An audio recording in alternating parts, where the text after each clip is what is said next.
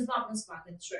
જાડેશ્વરના રહીશ અને વર્ષોથી પથારીવશ રહેલા પિતાના મૃતદેહને દીકરા સમી બે દીકરીઓએ અગ્નિદાહ આપી પુત્ર તરીકેની ફરજ નિભાવી। જાડેશ્વરના કાકા ટ્રાવેલ્સ વડિયામાં રહેતા 75 વર્ષીય સ્વર્ગીય પ્રમોદભાઈ પટેલ છેલ્લા 7 થી વધુ વર્ષોથી પથારીવશ રહ્યા હતા। હંમેશા હસતા રહેતા પ્રમોદ પટેલ ઉંમર અને બીમારીના કારણે લાચાર બન્યા હતા। જો કે હિંમતના પાવર હાઉસ તરીકે ઓળખાતા પ્રમોદભાઈ દુઃખના સમય પણ હંમેશા મોઢા પર સ્મિત લહેરાવી લોકોના મન જીતી લેતા હતા। પથારીવશ રહેલા પતિની અર્ધાંગની બની પત્ની તરીકે જ્યોતિબેનની દિન રાતની સેવાની પણ વખાણવા લાયક બની હતી। પુત્ર સમી બે દીકરીઓએ અને જમાઈ પણ પોતપોતાના ઘર સંસારમાં વ્યસ્ત રહેતા હોય છતાં પુત્ર તરીકેની ફરજ નિભાવતા હતા।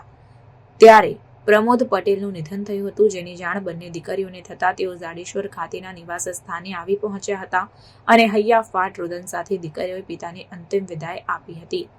પ્રમોદ પટેલને બે દીકરીઓ હોય સ્મશાને અગ્નિદાહ આપવાની ચર્ચાઓ વચ્ચે જયમિનીબેન અને બિરલબેને પુત્ર સમી પિતાને અગ્નિદાહ આપી પુત્રી તરીકેની ફરજ નિભાવી હતી।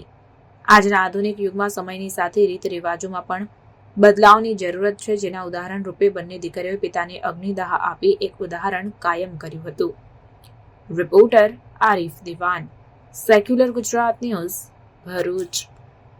સમાચારોની અવનવી અપડેટ્સ માટે જોતા રહો સેક્યુલર ગુજરાત ન્યૂઝ।